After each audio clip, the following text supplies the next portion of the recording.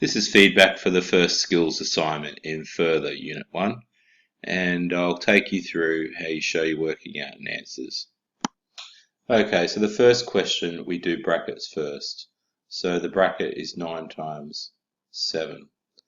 Now the rest are just minus signs, so we work left to right. 2 minus 63 is minus 61, minus 16, which gives us minus 77. In the second one, I do the bracket first in the denominator, and it is 12. So 4 plus 12 is the denominator. Now I need to do that before I do the divide, because otherwise I'll get the wrong answer. So it's 64 over 16, and 16 goes into 64 4 times. Now 3x is out the front. Now when we see this bracket, with algebra, the 2 is multiplying everything inside the bracket. So that would give me positive 2x, 2 times x, and positive 2 times negative 7 is negative 14, because a positive times a negative is a negative, and 2 sevens is 14. Now doing bid maths, you can see I've got an addition, a division, but there's a power. I have to do that first. So doing the power first is 36. Now I do the division next. So 5 plus has to wait, and 36 divided by 4 is 9, and 5 plus 9 is 14. In this question we use our CAS to do these calculations, so here's how we do it. So to round off to 3 sig figs, we go from the front of the number. So there's the first 3 significant figures, and that's the tens place. So round off to the nearest 10. Is this number closer to 1,270 or 1,280? It's closer to 1,270, and we need to get into the habit of saying what we've done. So that's showing that I've rounded off to 3 sig figs. So for the next one, we get the square root button, and we're going to put 42 squared, minus 28 squared, and enter. Now that's the exact answer. So what we want is the approximate answer. So that little squiggly blue thing, equal sign, and that gives us our approximate answer. You notice my calculator has only shown the 5 significant figures. So actually, to change that, you need to go into settings, document settings, and see this float 6. It's a good idea to get rid of that. And then tab down, we'll just say OK.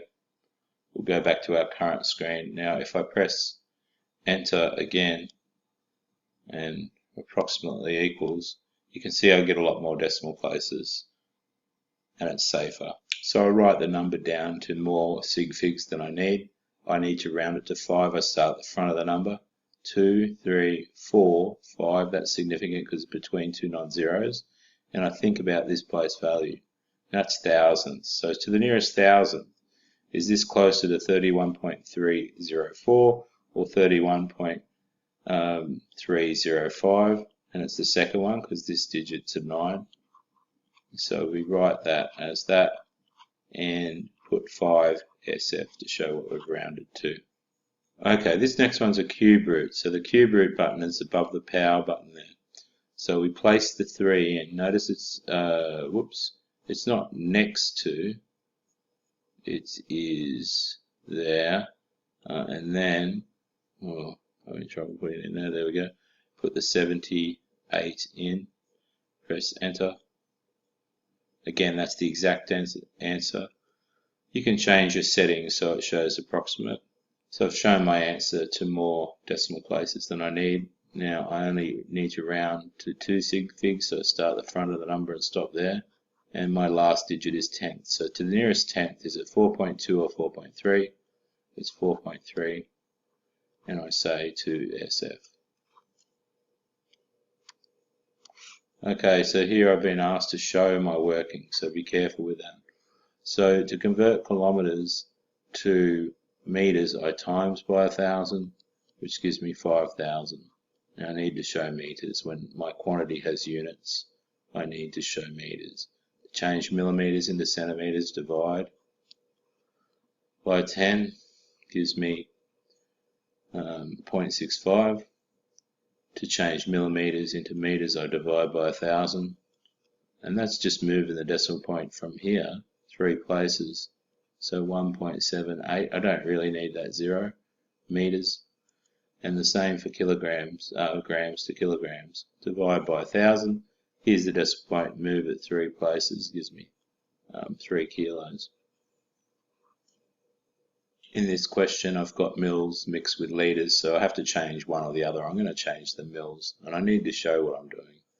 So this is important in assessment tasks. So I'm going to divide this by 1,000, because 1,000 mils fit in a litre, and that's just moving the decimal point 1, 2, 3, so it's 0.25 litres. And then I'm going to add that to the 1.2. So you can see I end up with 1.45 litres of milk. Alright, now 1% is 1/100, and of means times. So 100 goes into 1,000 10 times, so the first one's 10. 25% is 25 over 100. Some of you know that'll simplify to a quarter, because 25 goes into itself once and into 100 4 times. And you can see this 4 goes into itself once and into 44 11 times. Now again, this has a quantity, has the units of measure, I have to put it in.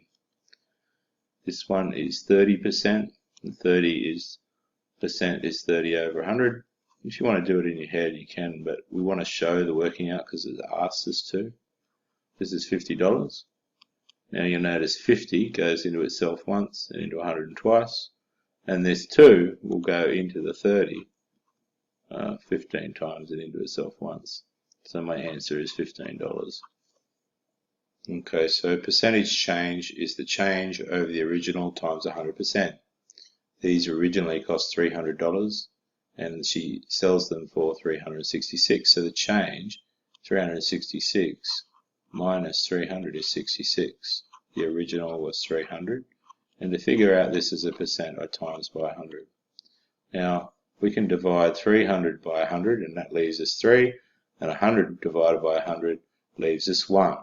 And you'll notice the 3 goes into itself once and into 66 22 times. So the percentage change, or percentage increase in this case, is 22%. So here, 20% of these votes were invalid. That means that 100 minus 20, or 80%, were valid. So 80% of 7,500. Now these two zeros, divide by 100, simplify our problem. So we've got 80 times 75. Okay, so that I can put that 0 there, so it's 8 lots of 750. Timesing by 8 is doubling something 3 times in a row. 750 doubled is 1,500, that's once. 1,500 doubled is 3,000, that's twice. And double 3,000 is 6,000. So there's 6,000 valid votes. Okay, so the other candidate, or the one candidate gets 55% of them, so the other candidate gets 100 minus 55, 45%. So 45% is 45 over 100 times 6,000. These two zeros can cross out these two zeros, and we're left with 45 times 60. And 45 times 60 gives us 2,700 votes. This is a proportion problem in a recipe, and we're told if we have 4 loaves, we need 12 bananas. Now, if I make 20 loaves, how many bananas do I need? Now, this stays in proportion, so how do we change 4 into 20 by multiply or divide? Well, times by 5, so we do the same to the other side, and 12 fives is 60. So we need 60 bananas. This is another proportion problem, and you can see I'm trying to figure out how much pasta I can get by using more water. Now I can't mix litres and mils, so I'm going to choose here to change the litres into mils. So I times that by 1,000, gives me 2,500 here. Now the question is, how do I change 50 into that number? Well, Well, if I just get rid of 1 0, I can see how do I change 5 into 250? I'd have to times by 50. So to keep it in proportion, I do that to the other side. And 5 times 8 is 40, but I've got 2 more zeros.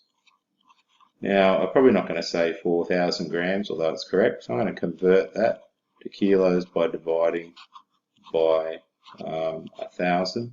And so I'm going to get 4 kilos of pasta. I'll show the rest of these on the calculator, but 10 to the power 1, by the definition of a log of base 10 of 10 is equal to 1.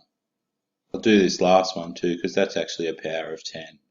You'll remember if I move that decimal point 1, 2, 3, 4, it's a small number, so it's a negative power. So again, by the definition of a log, if I take the log of that number, it's going to be equal to -4. Okay, so there's the log button there. Now, okay, so for my particular computer calculator, I had to put the 10 in, but you don't have to on yours. So when I press enter, remember mine's on exact, so it leaves it like that, but I want approximate, and so I get that number there. So to 2 decimal places, I look at the third place, and it's a 6, so the answer is 1.83. Okay, so the log of 0.45 to 2 decimal places is equal to negative 0.35. The log of 856,000 to 2 decimal places is 5.93, because this last place is a 2. Okay, so doing the reverse, where I've given the log and I have to find the original number, we use the 10 to a power button. So the first one looks like this, and we'd show that in our working out, and the second one looks like that. That's the button we're after there.